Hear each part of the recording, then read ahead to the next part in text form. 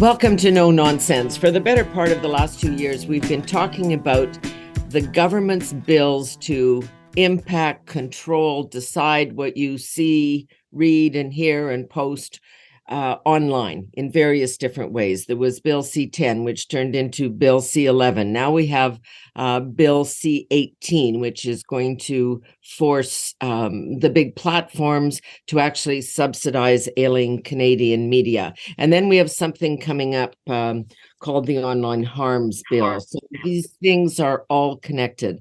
When we start having these discussions, we always return to Peter Menzies. He is a senior fellow at the Macdonald-Laurier Institute for Public Policy, but he is also a former vice chair of the CRTC, and he was with the Calgary Herald for 16 years as publisher and editor-in-chief, and he contributes to many media outlets, so he actually knows what this business is about. Where have we found you this morning there, Mr. Menzies? I'm in Calgary today. And then I'm in freezing Saskatchewan, right next door to you. Just, minus 35, just to keep the senses sharp. I think it was a balmy minus 27 this morning. So I did have to laugh when you were writing your last little piece about the Online News Act, Bill C-18, saying that, there were now more journalists in the Senate of Canada than there are in most newsrooms. And so what next? What do you think, if we can just step back a moment, what do you think the government is actually up to? Why all the emphasis on this? With the C-18 you're referring to? All the bills, this triumvirate of bills. Well, I think sadly that what they seem to be doing is trying to please lobbyists. I think they've become captive to various lobby groups. I think C-11, the genesis of C-11 wasn't that there was any real sort of crisis in the Canadian film and television production industry. The previous 10 years had been, notwithstanding COVID, had been fabulous. The business had grown by 80%. Yes, there were probably some issues around whether Francophone was keeping up with Anglophone growth and that sort of stuff. But since streaming companies had come on, they need content. And Canada was a good place to create content. So if you were working in that industry, it was a very good place to get work. I mean, the Last of Us production just finished in Alberta last year and is streaming right now. Is the largest production in Canadian history. It was like over $200 million came into Canada reportedly on that, but it didn't suit everybody's needs. As with all change, some people were getting left behind, and I think that applies to C-18 too, right? It's obviously a very disruptive time for media, and in Canada, because of our rather unique history and consolidation, we were, impacted more and more. So you get the people who are not adapting to change, demanding government intervention, right? The people who are adapting to change, they're going along fine. So they're not hiring lobbyists to do that. So I think the government in all of these instances is sort of getting got a one-sided sets of information. I think that's the most generous way to look at it, and ended up going down that road thinking the people they were talking to really represented the entire industries when, as they're discovering late in the day, they don't. I guess, and I don't see conspiracies under every tree here, but it does trouble me when even in Bill C-10 and C-11, and I want to move on from that because the government has said it probably won't accept any of the amendments and it's going to do it at damn well pleases. And that's the right, I guess, of government as government of the day.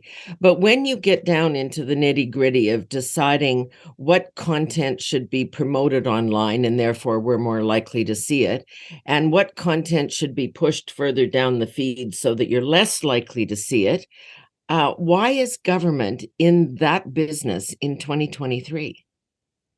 Well, it shouldn't be.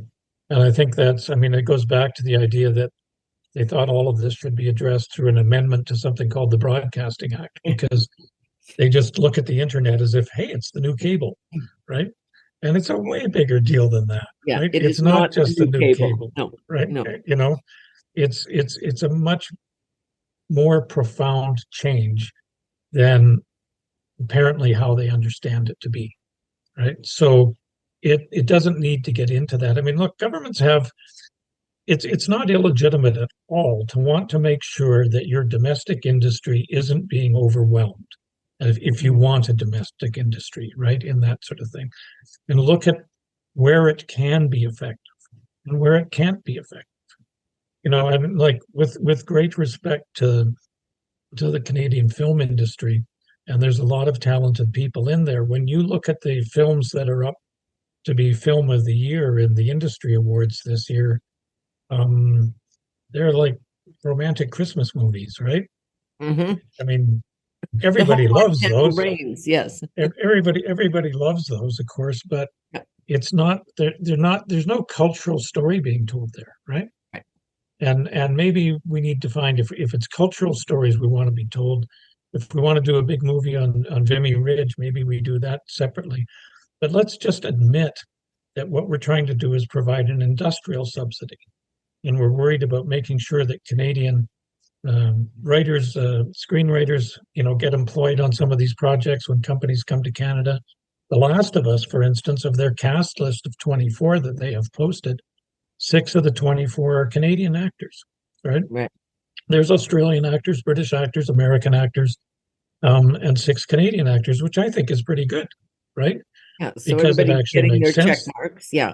Yeah, well, there's a talent pool for them to draw from. They Right. didn't have to do that, right?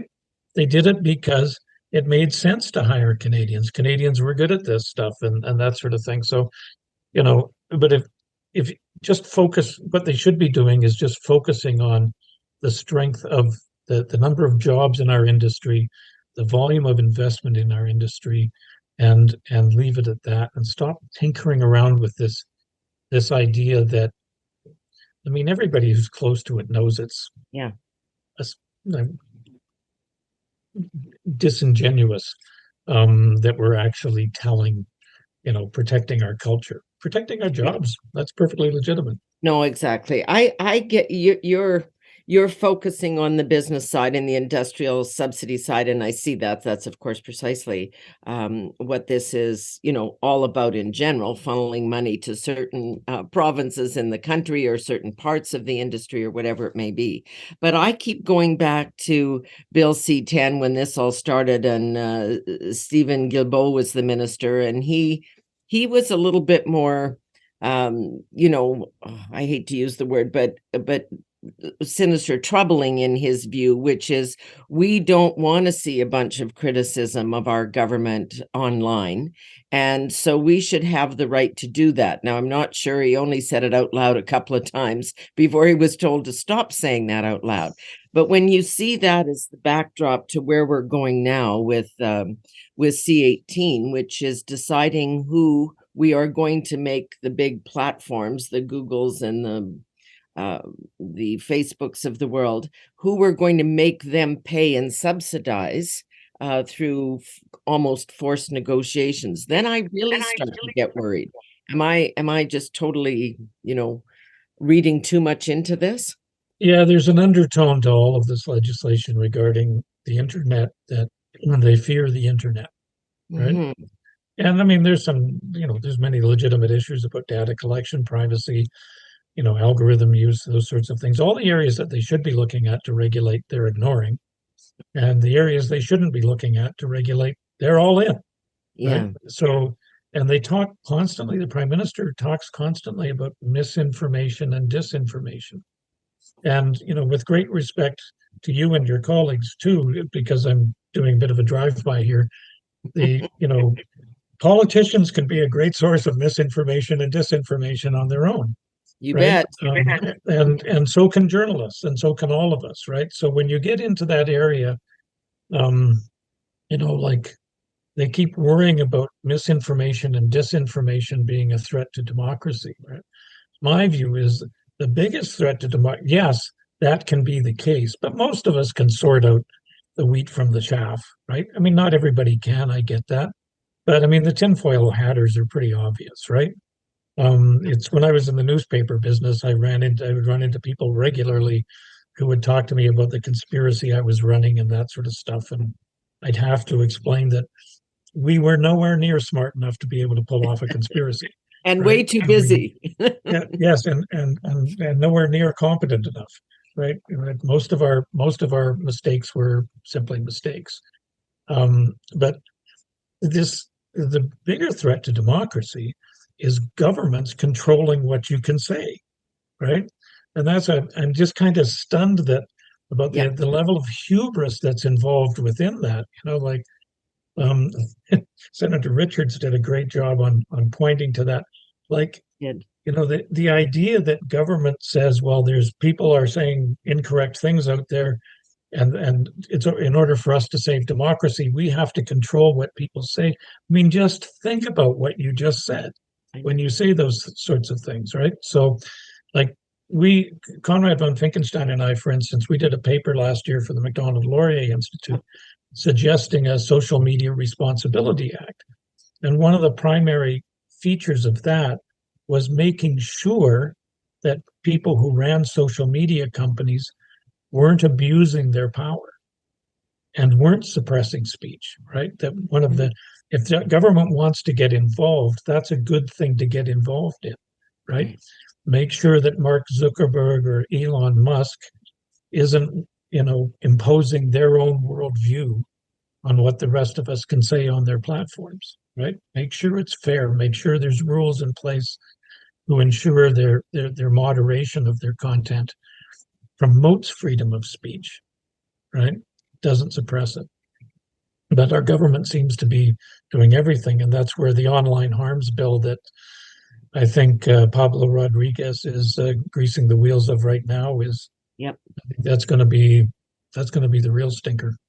Well, let me The just other take ones are bad enough, but before we come back to that, because what we're learning from Elon Musk taking over Twitter and releasing all of the paper that's been held in the offices and the file cabinets is that these folks were sitting down, certainly stateside, with the government of the day and kind of talking about what should be and what shouldn't be receiving prominence online.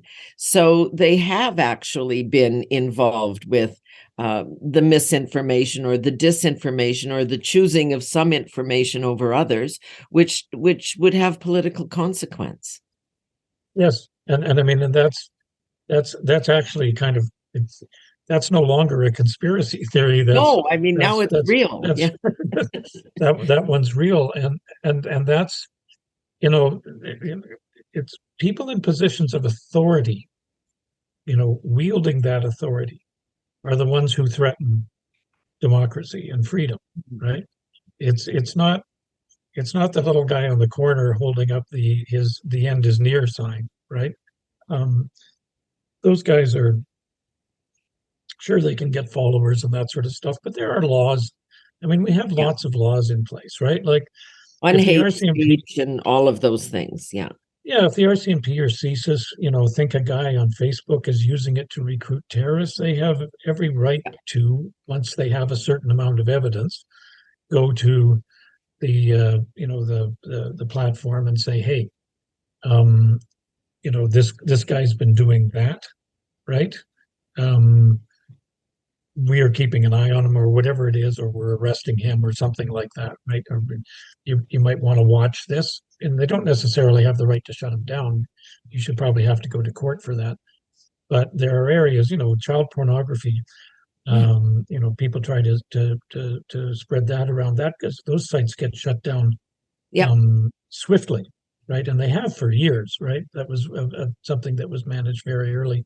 And hate speech, whether we have a hate speech law, if people violate it, police have and do lay charges, and they've done it for online things. So I think there's an overreach here, and I think one of the biggest problems is bureaucracy. I don't think is capable of keeping up with the speed of change in this industry. That's exactly right. Especially when they've turned to the CRTC as a solution. And God bless the CRTC, and good luck to Vicky Treaty's the new chair, and Adam Scott the new vice chair, and and that sort of stuff. They seem to have, some pretty competent people moving in there. But that said, I mean, it just took them like a year and a half, or it actually, the entire process since the first application was made, 3.5 years to decide on whether or not there should be another commercial FM station in Yellowknife. Yeah, yeah. This is not an efficient decision-making body, even when it came to the world of broadcasting, which is, 24 hours a day, 7 days a week, but linear, like it's contained. The internet is infinite, and Yeah, I global, mean, it's so you yeah, can't even impose the same rules. yeah, and it's over 2 years ago that the CBC finished its license renewal hearing, which itself was 3 years late. That license was up for renewal, I think, in 2018. I stand to be corrected, but Yeah, somewhere around there. And they still don't have a final decision because it took them a year and a half to get their first decision, and then cabinet overruled it. And with Bill C-11, cabinet has sweeping powers to intervene and say, no, we want you to take another look at that, right? Because that's usually what they do, because all they know is they didn't like that decision. It didn't send yeah. the right amount of That's the money other thing that people need to be aware of, is the CRTC, as you well know, was created to be an arm's length institution. The Bill C-11 now reinstates cabinet influence and control over that so-called arm's length institution. Yeah, I mean, and that's one of the things that happens when in areas where the cabinet does have the power to overrule, which historically has been used pretty rarely. Yeah, But I mean, there's only one reason the government just gave itself the power to do that, right? That's because it wants to do that. yeah. But it doesn't have to do it directly. But you've now got CRTC commissioners, and a chair sitting there, and she's got to be looking over her shoulder the whole time, Exactly. right? I mean, she's an experienced public servant, so I'm pretty sure she knows how to do that elegantly. But but you still have to do that because you're trying to read the tea leaves Yeah. and find out, well, I'm thinking of going here, and I need to know a guy who knows a guy who knows a guy who can say that, what if the CRTC did this, and blah blah blah, and And nobody's ever giving any direction, but and you've got government messages get sitting there sent. saying we need to shore up our vote in Quebec, so I'd like to see this decision go this way as opposed to that way. Yeah, it doesn't become that blunt, but there's a certain No, sort of bureaucratic semaphore that gets exactly. these messages across, Yeah. right?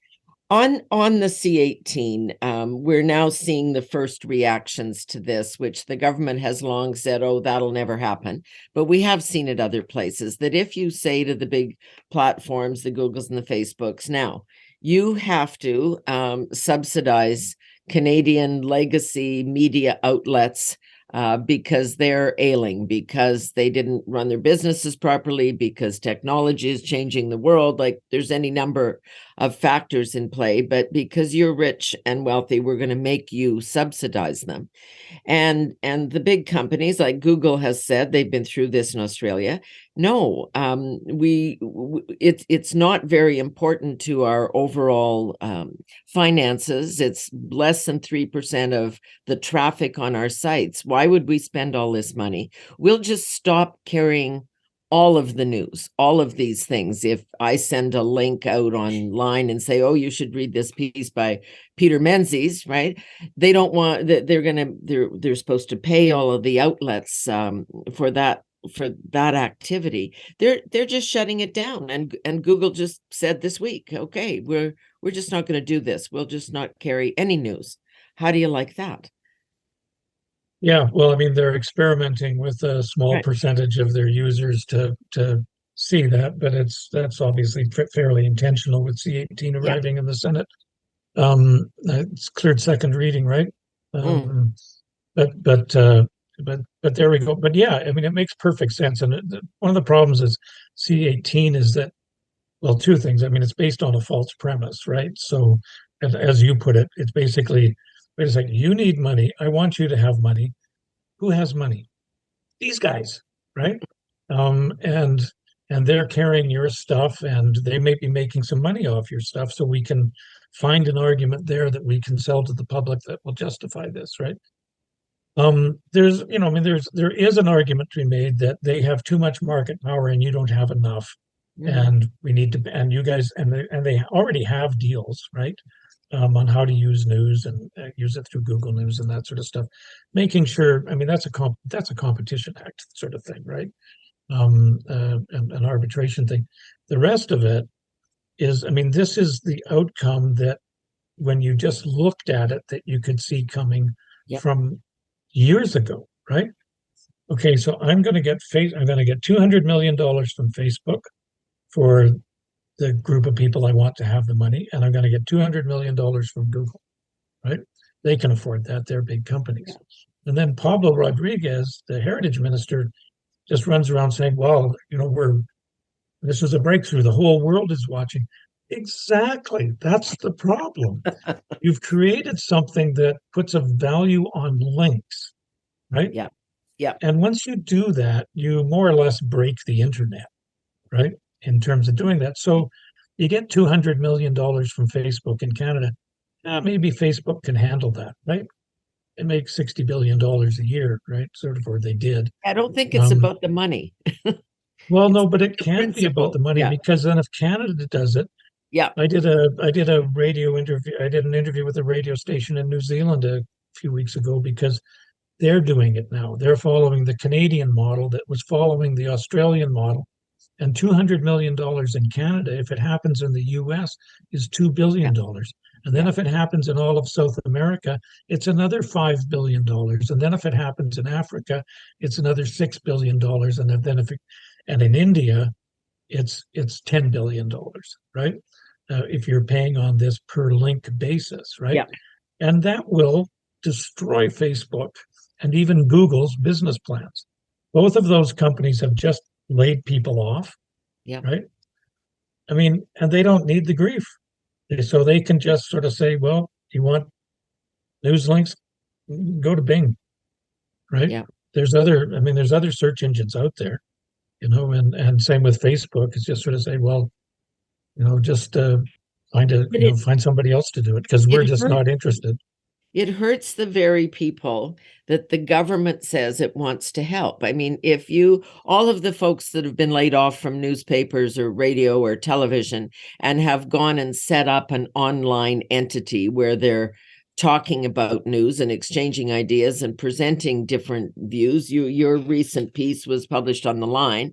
They're the ones that are actually living and breathing, because people are sharing their links, and having a great big platform like Google or Facebook share it gives them credibility. It introduces their work to potential subscribers. This is how they are going to earn their living in the new world. And now we're going to see the reaction of companies saying, if you're going to play this game, we just won't carry news at all. Too bad. So sad. Yeah. And I mean, Facebook, for all its sins, and Google, I mean, if you're running a news operation, and even a smaller startup, it's even more important, but the big ones too, they're giving you for free. Yeah. Right. I mean, they're making some money off it, right? Well, they have advertising. Yeah. Right. But you don't pay anything to have access to their platform and the millions, if not billions, of eyeballs that you can be exposed to, right? And they can do that. And they send those eyeballs back to your website, right, where you can monetize it. So if the outcome of this is that Google disconnects from news, which it, by the way, did in Spain for 8 years, right? It was only in last June, I think it was, that after Spain changed its law and adjusted to using the broader European mechanism that Google could work with, that they reintroduced linkages to news in Spain for 8 years. So it's not, I wouldn't call it a bluff. It's not, right. No, exactly. They haven't used it before. But if they disconnect, like I have a few friends, still in the news business, and some of them work for some of these smaller startups, right? Right. These days, some of it's retirement hobby, some of it's just full out entrepreneurship. They don't want a subsidy of any kind from the government. But Correct. the outcome of Bill C-18 might be that they don't get carried on Facebook anymore, Yeah. right? Or they can't be accessed through Google, right? And that basically kills their business model because Yeah. they've built a business model based on the 21st century, based on using the internet Using and the new social media technology, platforms, exactly. right, to their advantage, right? I understand that it hasn't been to everybody's advantage, right? But the guys who are trying to adapt are the ones who are going to be most hurt the most because of somebody trying to help the people who are having the most We're difficulty struggling. adapting. There's two things, Peter, that just I guess kind of stick in my craw about this, which is, and it's in each of these pieces of legislation, which is I am I guess after years in the journalism business, I'm a free speecher. I just basically believe that if I don't like what I'm watching here, I have the right to shut it off and walk away. And if I don't want to read it, put the book down, don't buy it. Same with the newspaper. And when you see governments, however subtly or however through whatever back door they choose, like the CRTC, impacting what I get to see and read and hear and even post, it troubles me. I just don't like any form of censorship. The other thing on the flip side in this Bill C-18 is we're telling foreign companies that they must, if they're going to operate in our country, subsidize ailing domestic companies, which is, as the Americans have told us, against the trade rules. We're supposed to be a free trading nation, and you can't force foreign companies to do certain things. It's almost embarrassing that to support whatever their version of Canadian content is that we're breaking the rules as a trading nation, or potentially breaking them. Even more embarrassing is that we don't seem to be aware that we're doing that, right? I mean, Right. that's it's one of the frustrating things about this is that, I mean, Michael Geist is really the expert Yeah. on some of these USMCA and those sorts of things. But he and others have been warning the government about this for more than 2 years, right? Um, in terms of putting this together, and all you get back is no, we're not, right? Yeah. Well, and then then you see reports that the U.S. is talking about it. I was talking to somebody just the other day who'd been in Washington and had run into some lobbyists who were talking there about raising this issue with people there because they're trying to protect American companies. And you might not agree with that, but that's what their job is. That's why you sign deals, because we're trying to create Canadian companies and that sort of stuff, but protect things. But I mean, there's a possibility that if you do this, you end up with hundreds of millions of dollars, if not more, in retaliatory sanctions, right? And it's kind of like, are you really sure this is worth it?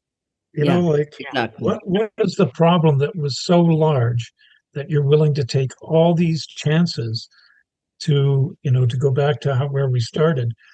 You listened to a lobby, to lobbyists, right?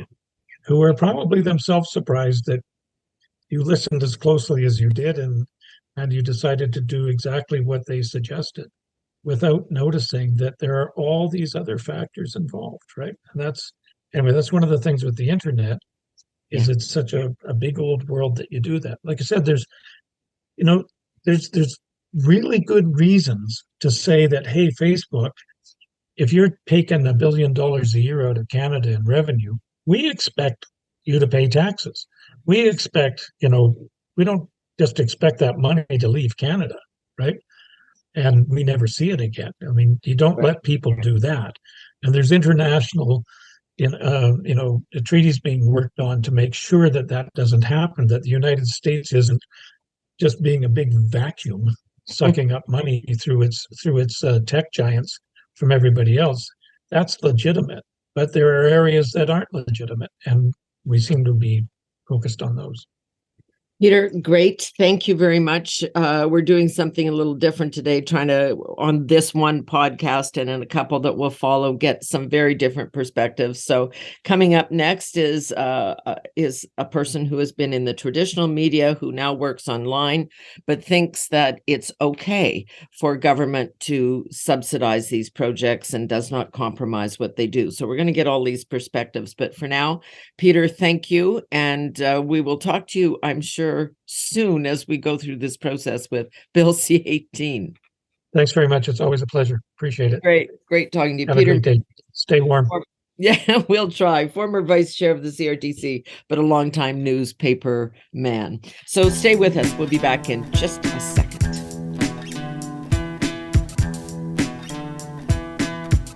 As promised, David Skok is here. Now, this is a man who runs something called The Logic. That is a subscription-based Canadian news outlet focused on the innovation economy. It's a lot more business reporting than you would see generally. But he has a long history in the newspaper business, and he worked at Global Television, and he was vice president of digital for the Boston Globe. And then he launched this project. Actually, I read this. I thought that was interesting, David, that you were the first digital journalist in Canada selected for a Neiman Fellowship. So, and that was in 2012. So this is still relatively new. Yeah, it is. I come from a generation of journalists. I feel very fortunate in a way to have, grown up during a very hard time for journalism when people were being laid off. My very first job was at an internship at a sports radio station.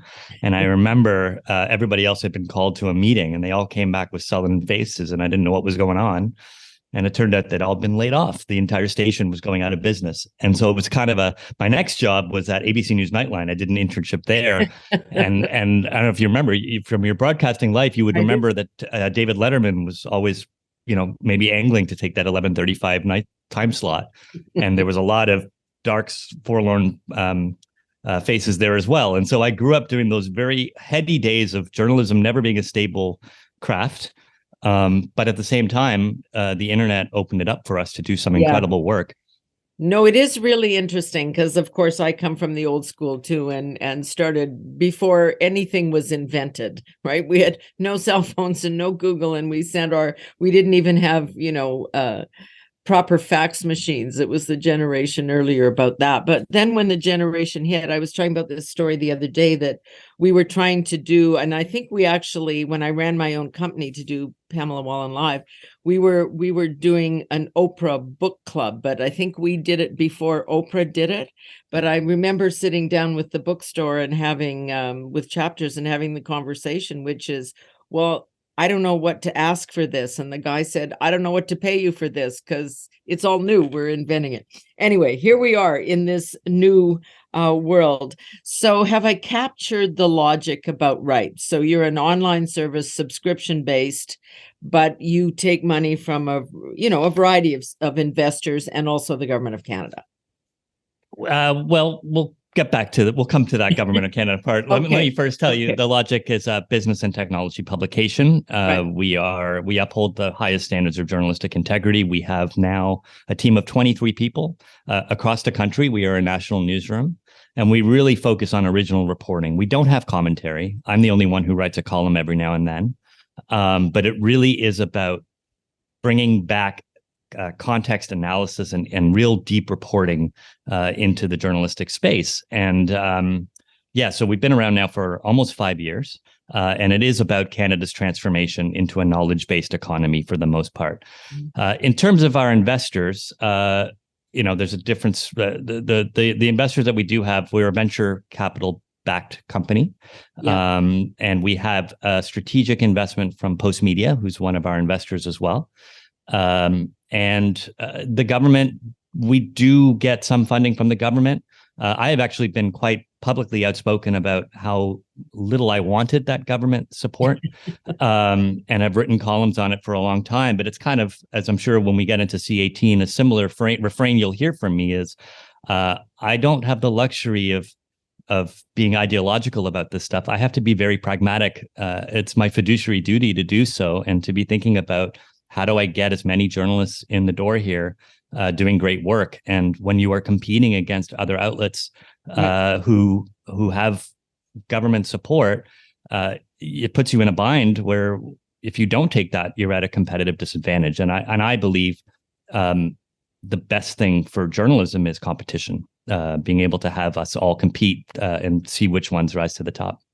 This is part of the whole idea. The problem with C18 is that you are out there. People like you are out there creating new entrepreneurial businesses. You're finding your support, your investors. You've got a subscription service, but it's almost like they are going to make you enter into some agreement with the big platforms if you want your material shared online. Is that how you see it?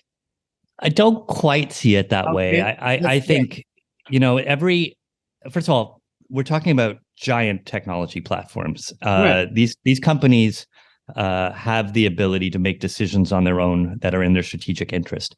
And over the last 2 years or so, they have struck deals with almost every single publisher in Canada that's a national publication. Mm-hmm. One of the only ones they have not struck a deal with is The Logic. Right. It just so happens we report on them quite extensively. So, I'll leave that to others to determine why that is. But these deals have all happened around us. And I believe, Senator, you were at an event in Toronto on stage a couple of months ago. And I remember hearing a quote from, it was Paul Rivette, the co-proprietor at the time of the Toronto Star, who openly admitted that he had signed a deal effectively to buy his silence and to buy the silence of his company. And so for us, it's a challenging predicament where nobody has bought our silence. Right. And I should say I speak as the CEO when I talk to you, not as the editor of this, but nobody has bought our silence. And as a result, we are at a competitive disadvantage now with or without this legislation because others have these very lucrative secret deals that we know nothing about. And so for me, the legislation is actually a backstop. It's for those of us that don't have a deal, it actually gives us the opportunity to level the playing field.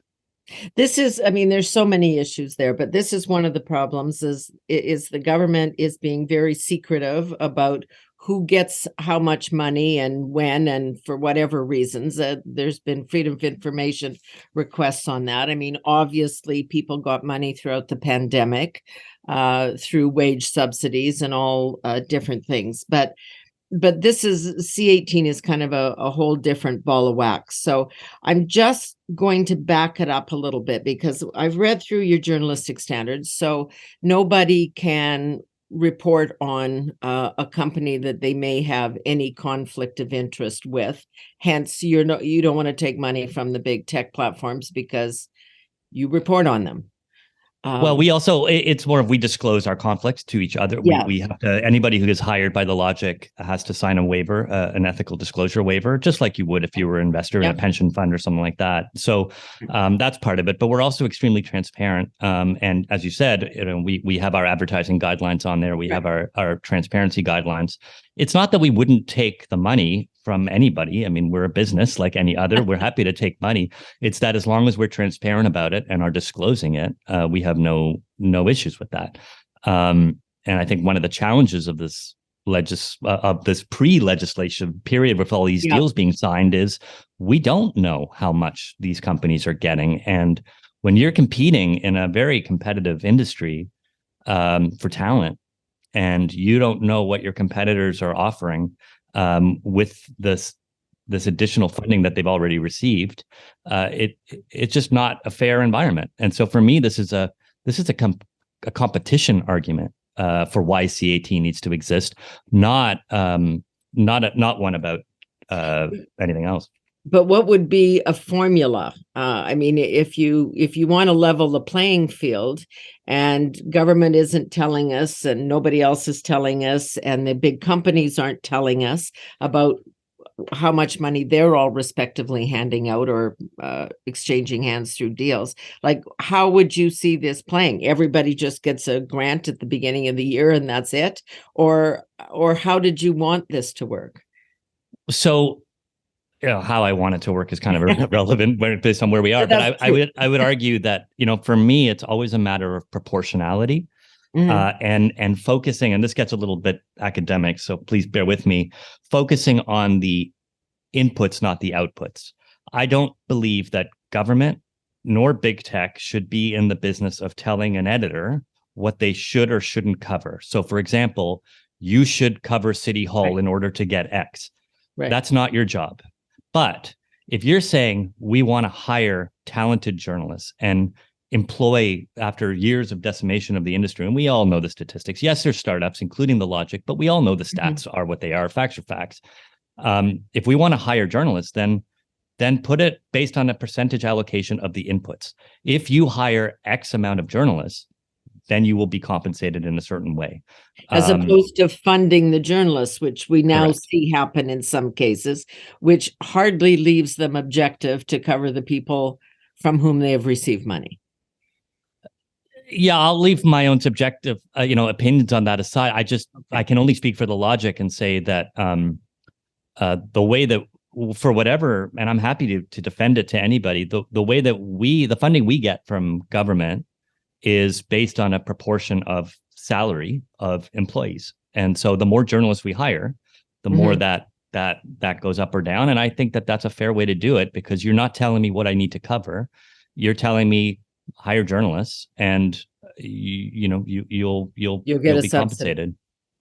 The big platforms, and of course that Google is carrying out an experiment, which they've had to do in other countries, to send messages to governments of the day to say, look, I mean, the retweeting news and carrying online news operations like yours or others is such a small part of our activity that if you're going to make our life really complicated here, we just won't carry that stuff. And then the people like you who survive on subscriptions, amongst other things, you want more eyeballs on your copy, and then you want those people who are reading it to phone you up and subscribe, or not phone you up, go online, but you know what I mean. And so this ends up in some way, I don't know if it hurts you or not, it hurts smaller ones if that's the outcome. It certainly hurts those that rely on advertising revenue more, because they rely on inbound traffic coming from Google or Facebook or whatever else. It hurts us less because we are direct to consumer. We have a direct relationship, whether through email or through our app and subscription business predominantly. I will say, though, I think it's, there are a lot of very smart legal minds and people in these companies that when they make these decisions, my experience with tech platforms goes back over a decade, when we were talking about the original sin of giving away journalism for free, right? You've heard that. I've heard that. Yep. Part of that was there was only a few games in town to get acquisition digitally, and Google was one of them. And Google at that time demanded that you had to give first click free to get your stuff over. So what I'm saying is this is an evolutionary point that we got to, where we became reliant on Google or Facebook for traffic. It wasn't something by design. It was they effectively hold the audience at their hands, which I think speaks to the anti-competitive piece that I'm kind of arguing here. Is if they are the only game in town to acquire audiences, sure, we can build a better mousetrap, and we all try to. But at the end of the day, if they can turn it off as a spigot, that should also tell us something about the nature of the online ecosystem today and the roles they play in it. And I think, as I understand part of their argument, which is, look, if you want more money out of our pockets, just like put on some kind of tax or ask us for a check and we'll give it to you, but quit messing around in how we do business and forcing us to have 100 different contracts. Like, it's way too hands-on. I've just add 2 points to that. One is they already have done the deals, right? So they've shown that they they have the capacity because they already have struck all these deals. If they sure, and they think got that, lots then of they wouldn't have lawyers, done it. but if you're a two-person operation, you don't. Right. And so, but the other thing that I would add to this, that's a whole other layer of complexity, is we haven't even talked about ChatGPT and artificial intelligence and the impact that now plays in search, because ultimately these platforms want to keep you on their platform. They don't want to drive you over to The Logic or to another publication. And as more and more of these artificial intelligence tools scour the internet and scour publications to get information to then serve up to their users and then keep them on platform to answer those questions, there's going to have to be a way to compensate news organizations for that. I don't know what that is, but this licensing arrangement as part of C18 seems like one of the fairer ways to do that, because the idea of it being, and I know one of the things that people talk about is the link tax. It's a link tax. It's a link tax. Well, if artificial intelligence is going to drive search results to be declarative answers and essays written right in front of you, it's not going to be a link tax anymore. It's going to be a licensing agreement, which in fact is what those of us who support it are arguing it is. It's a licensing agreement to give you permission to use the journalism that we have for your own purposes. So I'm going to take this down a level, because this is, we haven't even begun hearings on this. And so the whole education process of the public, understanding what the hell this means. We just got through C11, which was its own nightmare, right? Yep. In terms of people understanding how government wants to circumscribe the internet, and to me it was sort of foolish notion that you would try and put the internet under the auspices of the Broadcasting Act. It's like it couldn't be two more different worlds. So here we are now saying government wants, they want money to go to legacy media outlets and some of the new ones as well. So they don't want to write the check, or don't want to be seen to be writing the check. You get into the whole argument of independence and what is a free press in a democracy when you do that, which they will no doubt continue to do. But where are we on that whole very basic question of this new world in which the Logic operates, of this being an independent media, and me sitting here in front of my computer checking you and checking other sources and coming to my own mind, because you can't just read a newspaper and say, oh, now I have all the facts, or turn on the news at night and say, now I have all the facts. Nobody believes that anymore. So we're in a whole new world of huge skepticism about what is information transmission, or what is journalism. One of I think the greatest tragedies of our craft was right around the 2008, 2009 financial crisis. All the newsrooms gutted their staff, but they gutted their reporters, sure. But the thing that nobody talks about is they gutted their editors, and they gutted their copy editors. And that mid-layer, which provided mentorship for reporters and as a check, really, I think, produced the quality that we're used to. And so at The Logic, when we started, our ratio of editors to reporters is less than 2 to 1. We have, from the very beginning, we've had fact checkers and copy editors on our team. And the reason we do that is because we want to triangulate through, the idea of reporting whatever the facts are as we can objectively see them. And even that, I know, is a sometimes controversial thing to say these days, but we are, we really do take great intentionally deliberate pains to, we don't produce a lot of journalism, and that is something that gets interesting when you talk about quantity versus quality, and how this, how the platforms would be happy to compensate the big players, but the ones who are actually, we only produce at most 2 stories a day, which means that our reporters are getting, 2 weeks to work on a story. We give them the time and space and the resources to really understand their beats and go deep. And we do that then with our editors having to copy edit and fact check. And I think, yes, there's a lot of opinion journalism out there, and that has its place.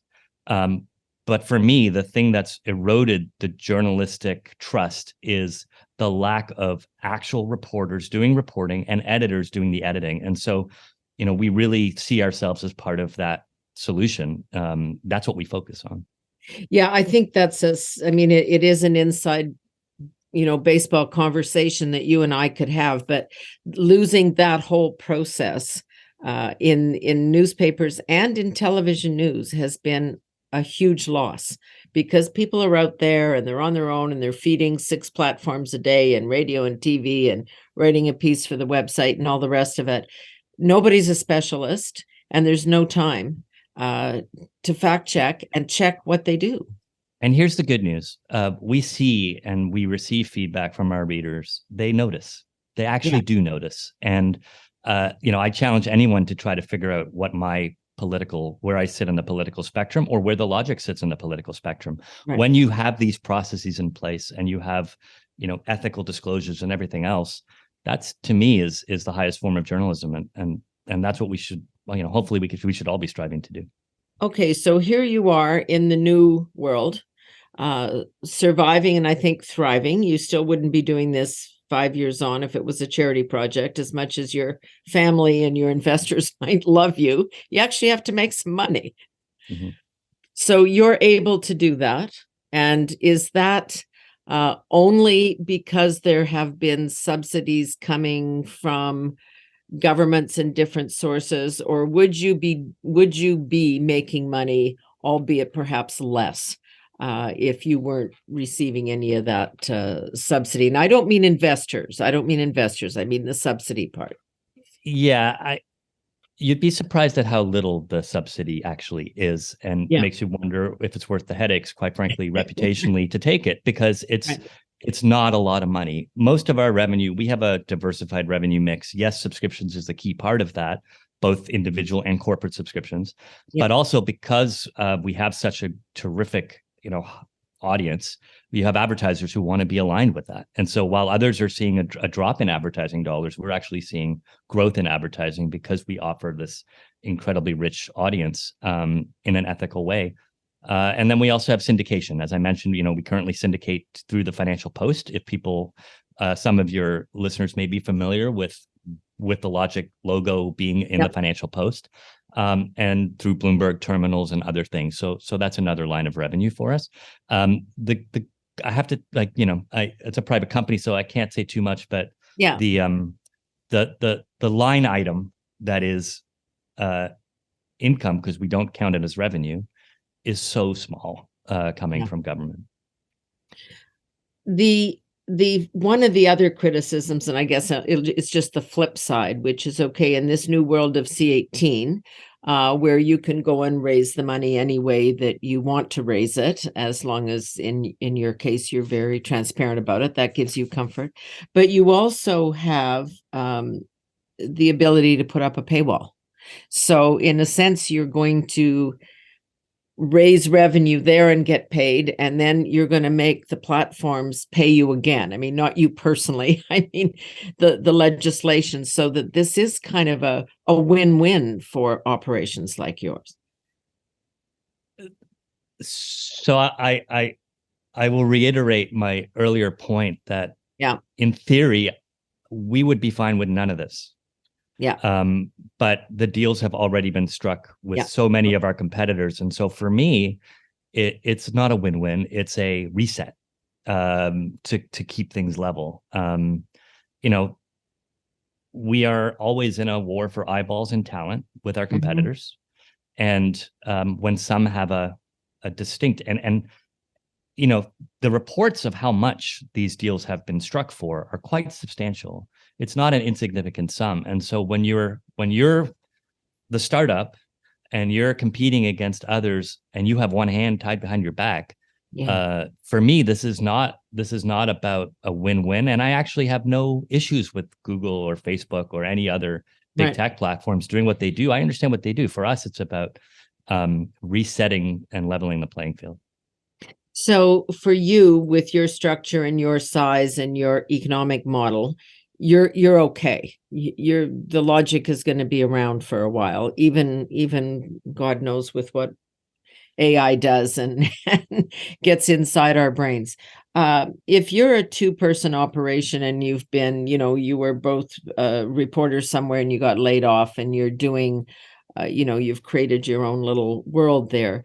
This click system of me reading and then forwarding the piece to my friend and saying, oh, you should read that. It's really, really good. It is way more important for those operations than then for yours, is what you're saying. No, I mean, it's important for all of us. You still have to get, like any marketing SaaS business, you have to get audience growth. You have to get awareness, and the platforms are important for that awareness. There's no doubt, or sharing it through discovery for other ways. So it matters for everybody. And I would also just add, we can be, I heard, somebody refer to The Logic as a niche publication. Sure. I don't view this through the lens of a snapshot in time. For me, it's an evolution of market forces, and we are moving up market and we are growing. And as we grow, we will go into more beats and hire more reporters. And so I very much see the future of The Logic growing, if it's a level playing field, into being able to serve those local markets as well. We aren't just a tech publication over here. Yeah. We believe in, we cover business, we cover technology. So we believe as the executive team that's how you manage your business and you run it. And will we be okay? We're well run, so we should be fine. But I still come back to, we shouldn't have to compete with one hand tied behind our back against much heavily funded places that these platforms made a choice voluntarily to sign deals ahead of the legislation. Right. So you can imagine yourself in this new world of, in a year or two, things going really well. You're going to have an Ottawa bureau of The Logic covering Parliament and committee work and all of that. I'm just picking a random beat, but that would be one. I'll interrupt you to blow your mind and tell you that we already have an Ottawa bureau. No, I know you do, but I mean, in the beat world as it goes, that you would then grow an entire operation there that we have seen in traditional media, although, as to your point, we've also seen decimated in recent times. Yes, and also there's hyper local and hyper relevant, and local journalism is also, we do local journalism too. We went to look at automation in factories in now I'm going to forget the name, but in Alberta. We covered Sidewalk Labs, which was in downtown Toronto. Better than the local market did, I think. So we do local journalism. And local journalism has different flavors if it's relevant to you. It not necessarily is City Hall and only City Hall. Correct. That's the redefinition of it, which is, if you're going to Alberta to look at tech in the oil and gas sector or whatever it is, that's relevant, obviously, to the political sphere, but it comes from your perspective, which is you've got to focus on tech. We've got to focus on the future of Canadian innovation and business. Yeah. Well, really interesting. Is there anything I've missed here? Is there something you just want to put on the record? Have we covered the base? I think we've covered the base. I would say just, I appreciate you taking the time and asking these questions. I think this is a really important issue, and there's been so much, and you would have seen this with C11 as well, I'm sure. There's a lot of rhetoric, there's a lot of emotion, and there's a lot of loud voices on this stuff. And I think it's really important, as a practitioner, for me and for us, this is pragmatic. This is we try to be very nuanced about it and thoughtful about it. I understand where all these different sides are coming from. I have empathy for all the different sides. And perhaps that's why, we've been this kind of island by ourselves, which is a startup that is just supportive of the legislation. And I hope that as this advances to its next phase, that it can be a thoughtful, sober second thought. Yeah. Well, and I'm just thankful that you've laid it out, because part of the problem that I think everybody has with traditional media right now is that there isn't that transparency about what goes on in newsrooms, which allows people to come to conclusions that they have become far too opinion-based and much less fact-based. And I think you've really laid that out well. So good luck, and thank you for this perspective today. Really appreciate it. Thanks very much. That's great, David Skok. So the Logic, it's really worth a look. So we're going to continue this conversation. We have to do all our technical changes and come back and take a look at what it means for the Western Standard and the Alberta Report, small old print publications going online, and how the bill might impact that. Stay with us.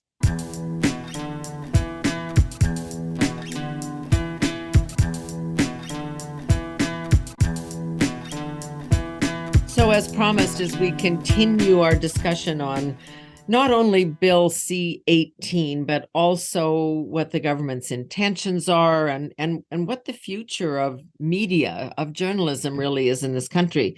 So we go now to Derek Fildebrandt.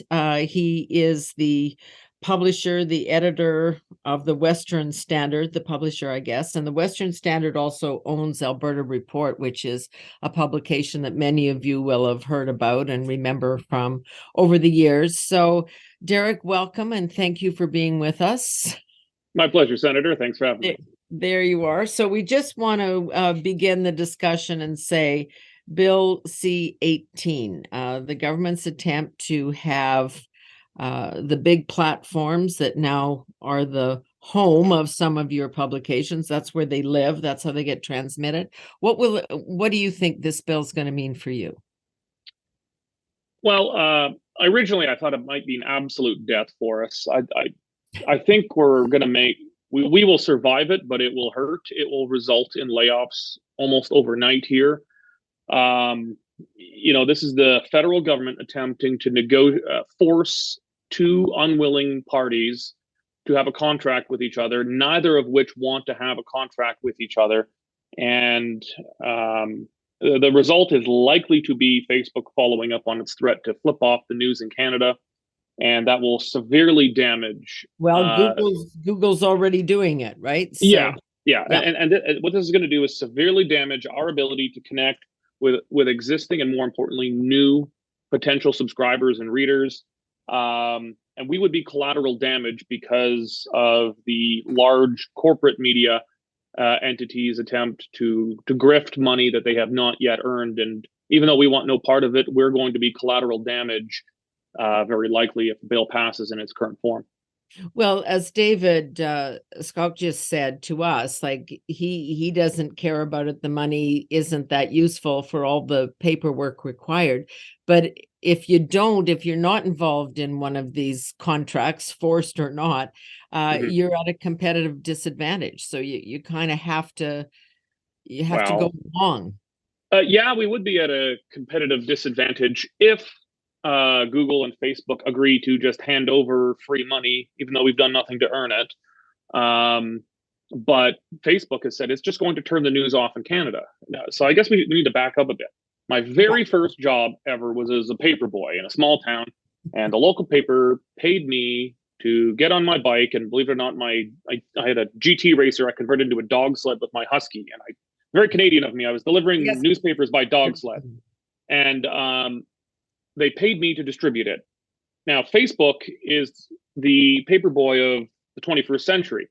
Now, they're not a very sympathetic paper boy. They're a big, bad corporation here with way too much power, but they are distributing, and to an extent, a large extent still Google, they are getting the content of publishers and online broadcasters in front of people. They are the paper boy. And Bill C-18 is in essence saying that the paper boy needs to pay the newspaper for the privilege of delivering the paper. Now, I wasn't a very good businessman at 8 years old, but I knew enough that I would quit if the paper said I had to pay them for the privilege of delivering it. And that's what they're threatening to do. And all we're asking for is to be left out of this.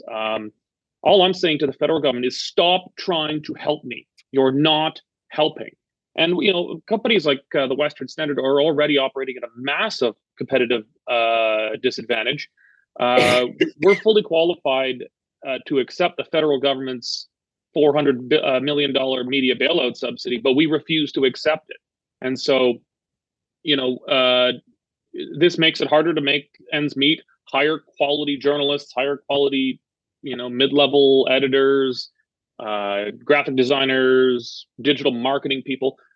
We have to work harder. We have to be better capitalists than virtually all of our competitors in Canada, because we're not getting 33% of the salaries of our employees backstopped by the Canadian taxpayer. But we do it anyway. Okay, I do want to back up a little bit. My apologies for coughing. It's minus 35 here today. And Oh, you there's got us beat. We're only minus, like, I think we're minus 30 or 28. You got us beat. no, it's really bad here. So there's just no oxygen left in the air. That's the problem. So I end up sounding like this.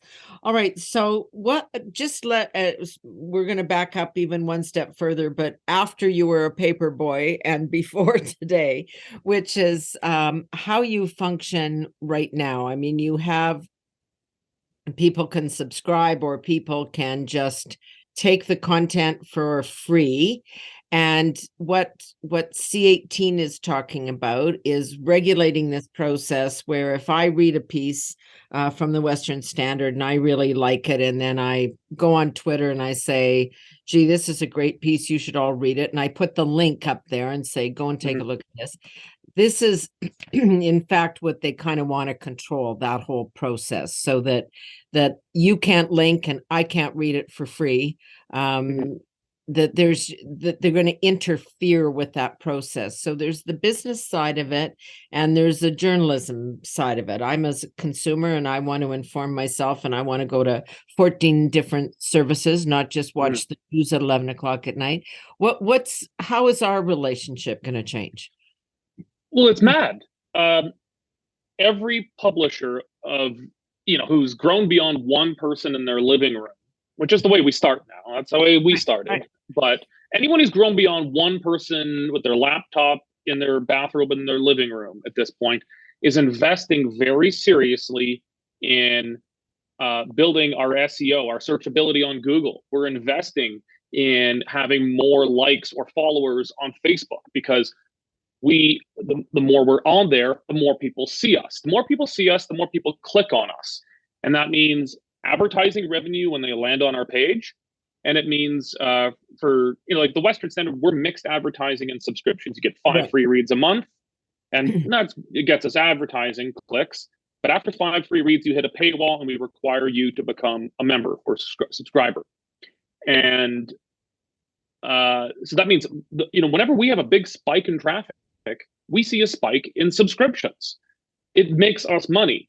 And now, you've got the big government-owned and government-funded media in Canada, CBC, Post Media, Torstar, all the broadcasters, apparently one of the big piece of the action now.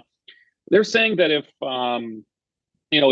Joe Blow in Red Deer shares a link of the Western Standard on Twitter or on Facebook or something, that they have to pay us for directing us traffic. It's backwards. The exchange of value is mostly from Google and Facebook to us.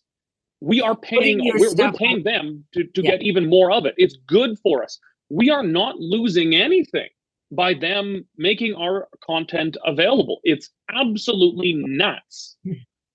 So by imposing all these rules around it, you've got companies like Google, as I've done in other parts of the world, say, look, news, this whole exchange here about that revolves around news is so small, it's not worth it. We're just going to take the news off. That is when it hurts you. Yeah, because the way this bill is devised, Google, Facebook, they know. Like, I've sat down and talked to Facebook about this many times, trying to find a way out. I've considered moving the Western Standard out to Cayman Islands or Delaware, registering us somewhere so we're not considered Canadian media, but under the bill, we'd still be Canadian media. I've proposed, well, what if we don't consider ourselves media anymore? We call ourselves a cricket club or something. Said, no, you'd still be producing media. So we are captured under this bill no matter what, even though we don't want to be. And what these companies are saying is it'd be too much trouble for you to get out. So when we flip the switch and we turn off the news in Canada on Google and Facebook, unfortunately, Western Standard, Alberta Report, you're getting switched off too, even though we know you don't want anything. But the way the bill's written, it creates a financial and legal liability in favor, theoretically, of the Western Standard against these companies. And they're just not going to take the risk. It's going to be too difficult. So we're going to be collateral damage in a greedy rent-seeking operation by these big companies much of which aren't even owned in Canada. Post Media, which owns most of the big daily print magazine papers in Canada, it's owned out of New Jersey. This big grifting operation is not going to work, and we're going to be collateral damage. And I think at the end of the day, they want that. The independent media is more feisty. We've been chipping away at them very significantly. You know, we're the only kind of daily journalism beat west of Mississauga that I'm aware of that has our own reporter on Parliament Hill. We're now the only print style, although we're not in physical print, we're print style mostly. We're the only newsroom I'm aware of that's print style between Vancouver and Mississauga. It's just us. And we do it without subsidies. And, so organizations like ours and your previous guest, who I know has different views maybe on media subsidies, but the independent media is chipping away at the big legacy players. And while this stuff will probably hurt them as well, they're probably not that sad if in the collateral damage, the independent guys are dropped off.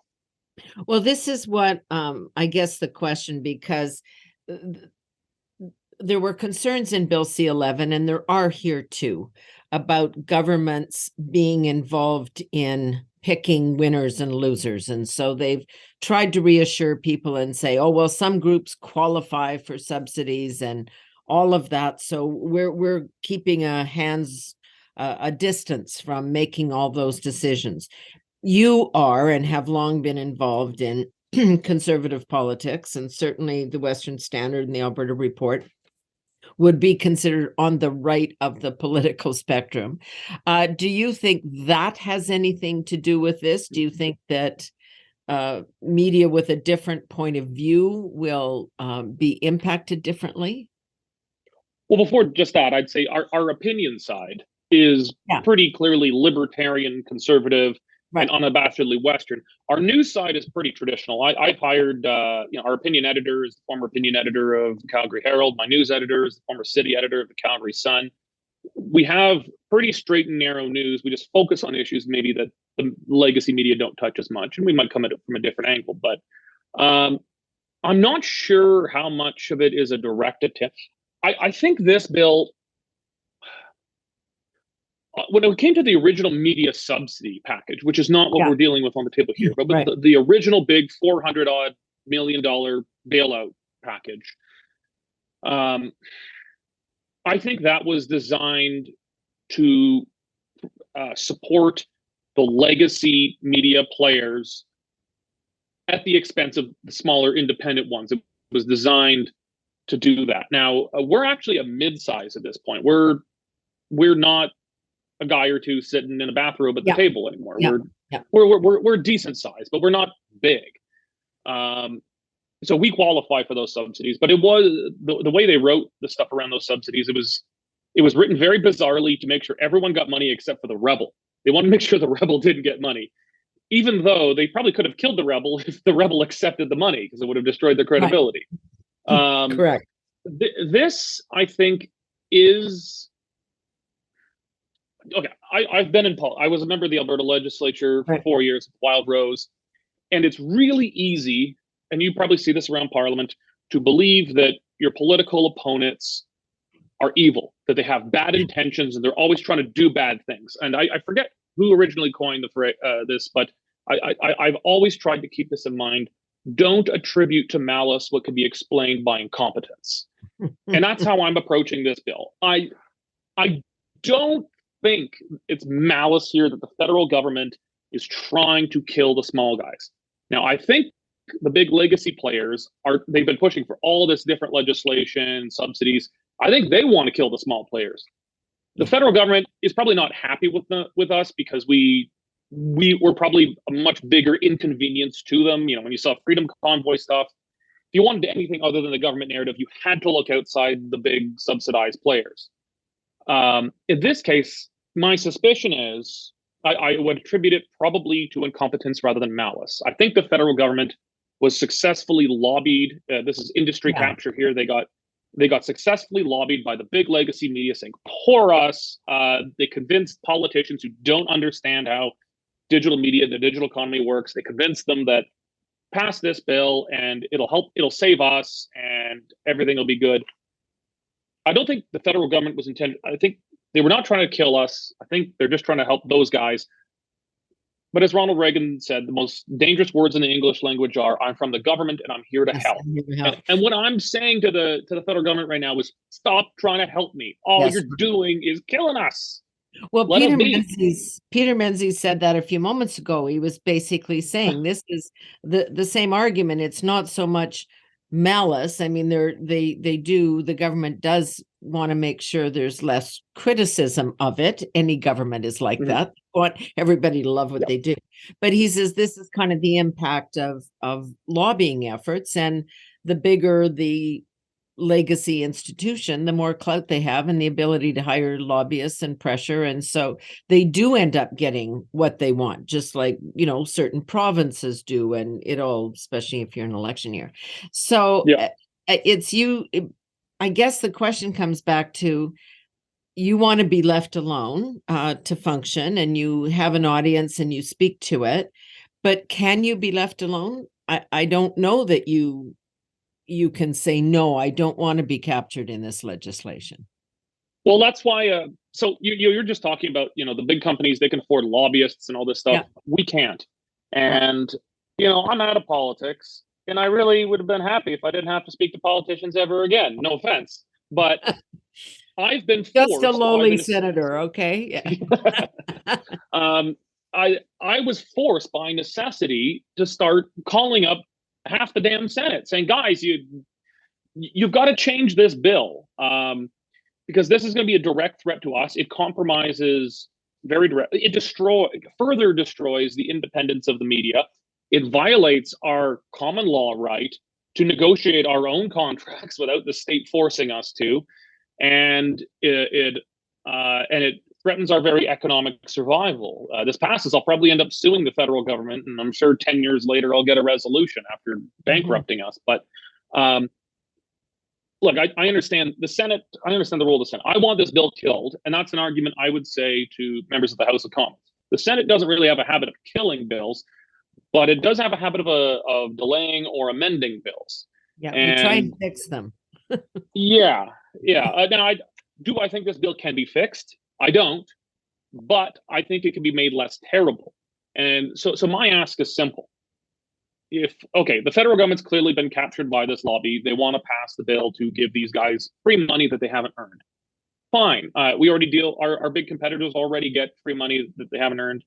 The Western Standard pays taxes to our giant mega multinational corporations that we compete against. We fund our mega competitors. In this case, we wouldn't be funding our competitors. They'd just be getting money we don't. What I'm asking is that the legislation not apply to everyone across the board. It should apply to, the government can set their silly criteria for what's media, but it should only apply to media that explicitly apply to be included in it. Because, I've talked to senators who have Substacks and blogs. Those could very well be classified as news now and blocked. And I don't think, we'd have tens or even hundreds of thousands of small websites and blogs in Canada that shouldn't have to go through a process of getting themselves exempted. Right now, we can't even do that, apply for an exemption. Right. We should just leave it to the big guys who are trying to rent seek here, let them apply to be included here. And that means changing another part of the bill that says Facebook and Google can't treat you differently based on how, if they're giving you money or not. Well, that's obviously going to have to change, because if they shut off the news in Canada, they should only shut it off for the companies that are trying to steal money from them. They shouldn't shut it off for companies like the Western Standard, Alberta Report, that want absolutely nothing from them. This is, I mentioned the common law principle around contracts. Right. I'll put it this way. If the federal government, let's say the Western Centre closes down, I need a job, and the federal government comes in and says, Senator Wallen must hire Derek Fildebrandt, and Derek Fildebrandt must hire work for Senator Wallen. Right. But neither Senator Wallen wants to hire Derek, and Derek doesn't want to work for her. But the federal government comes in and says, this is good for you. You two will work together. You will hire him, and he will work for you. And neither of us want to work with each other. That is what the federal government is doing here, and saying Facebook and the Western Standard must have an agreement with each other. And both of us are saying we're perfectly happy with our current relationship. Don't tell us what to do. Yeah. So all I'm saying is keep the government out of the newsrooms of the nation. Yeah. I mean, I believe that in general. I mean, I think there are some people that argue the reason they're trying to force the big platforms into these agreements and to fund legacy media is so that they don't get their hands dirty. They've taken a lot of criticism, as have the recipient media, for, undermining trust in journalism, that we have the idea of a free and fair press. You can't be free and fair and critical of government if they're the ones also feeding you. This argument's been going on for a long time in this country over the CBC and others. So, we're kind of, this in a way makes everybody equally answerable for taking money, but at least it's not a government source, although I think that funding will continue too. But I would say this would be indirectly. This is government, but not taxpayer funding. It's money that would only exist because of government, but it's not coming from taxpayers. It's coming from a less sympathetic source. The government could tax these big players and then turn around and give the money, but they realize that then they're responsible for it. But if they just say, you guys have to give each other money, then, I think you're onto something here, that the legacy media, I mean, I don't, your previous guest, I don't know him. I bear him no ill will, but you could obviously tell kind of uncomfortable with questions around taxpayer funding. It's obviously not a comfortable question. And I actually I get where he's coming from. The big guys are taking the money. We got to compete. I got to tell you, there's not a week that goes by where I don't think, God, I'm trying to hire reporters with competitive salaries against these guys. These guys have a 33% built-in advantage. The federal government pays 33% of the mainstream media's salaries up to $50,000. God, that's really tough for me to compete against. There's not a week that goes by where I don't think I should just give in and take the money. We haven't. So I understand where he's coming from. But, the big guys, every time CBC does a story, or even Post Media now, all these guys that, is pro-liberal or something, they're sick of the comment section. You guys are taking money from the government. They're very sensitive to this. It's undermining the trust in their brands, which were already pretty frayed. This might be a way for them long-term to say, hey, well, we're not getting funded by the government. We're just, it's just a commercial arrangement we have with Facebook. It's not the government. So, but it's the government still making sure money gets into their pockets, and and everybody knowing, at least the media knowing, where the bread's buttered. So, this might be a way for them to try and transition from direct taxpayer subsidies. Although I suspect we'll get this plus the taxpayer subsidies. I don't think. Yeah, that's kind of what I think too. That both will survive. So you just want, really, when it comes down to this bill, leave me alone. Let me take my chances in the marketplace. If nobody wants to have a subscription to my, magazine online, or my production online, then so be it. I'll go out of business. But don't make me sign contracts with people I don't want to do business with. Exactly. Like the federal media bailout subsidy, we are eligible to accept it. We actually went through the whole paperwork process just to see what would happen. And then they asked us, okay, can we help you fill out now the applications for the actual subsidies now that you're approved? And I said, no, I just wanted to see what you guys would do. But the federal government didn't send the metaphorical letter with a gun to my head saying you have to take the money. Right. But in this case, they are. They're saying we're a part of this, and you're going to live with the consequences of this, regardless of if you want anything to do with it. So my ask of the Senate is simple. Give the big fat cats their money that they're asking for, because I know you're not going to kill the bill. If I'm lucky, you'll just amend it. Yeah. Give these fat cats their money. Give them their corporate welfare bill, but do it in a way that they have to explicitly opt in to the system to get it, so that those of us who don't want to be a part of it, and then the really small guys, people with blogs and Substacks, they're not getting caught up in it as well. So just allow us a way to not be affected by the bill, while these guys can attempt to shake down these companies for free money.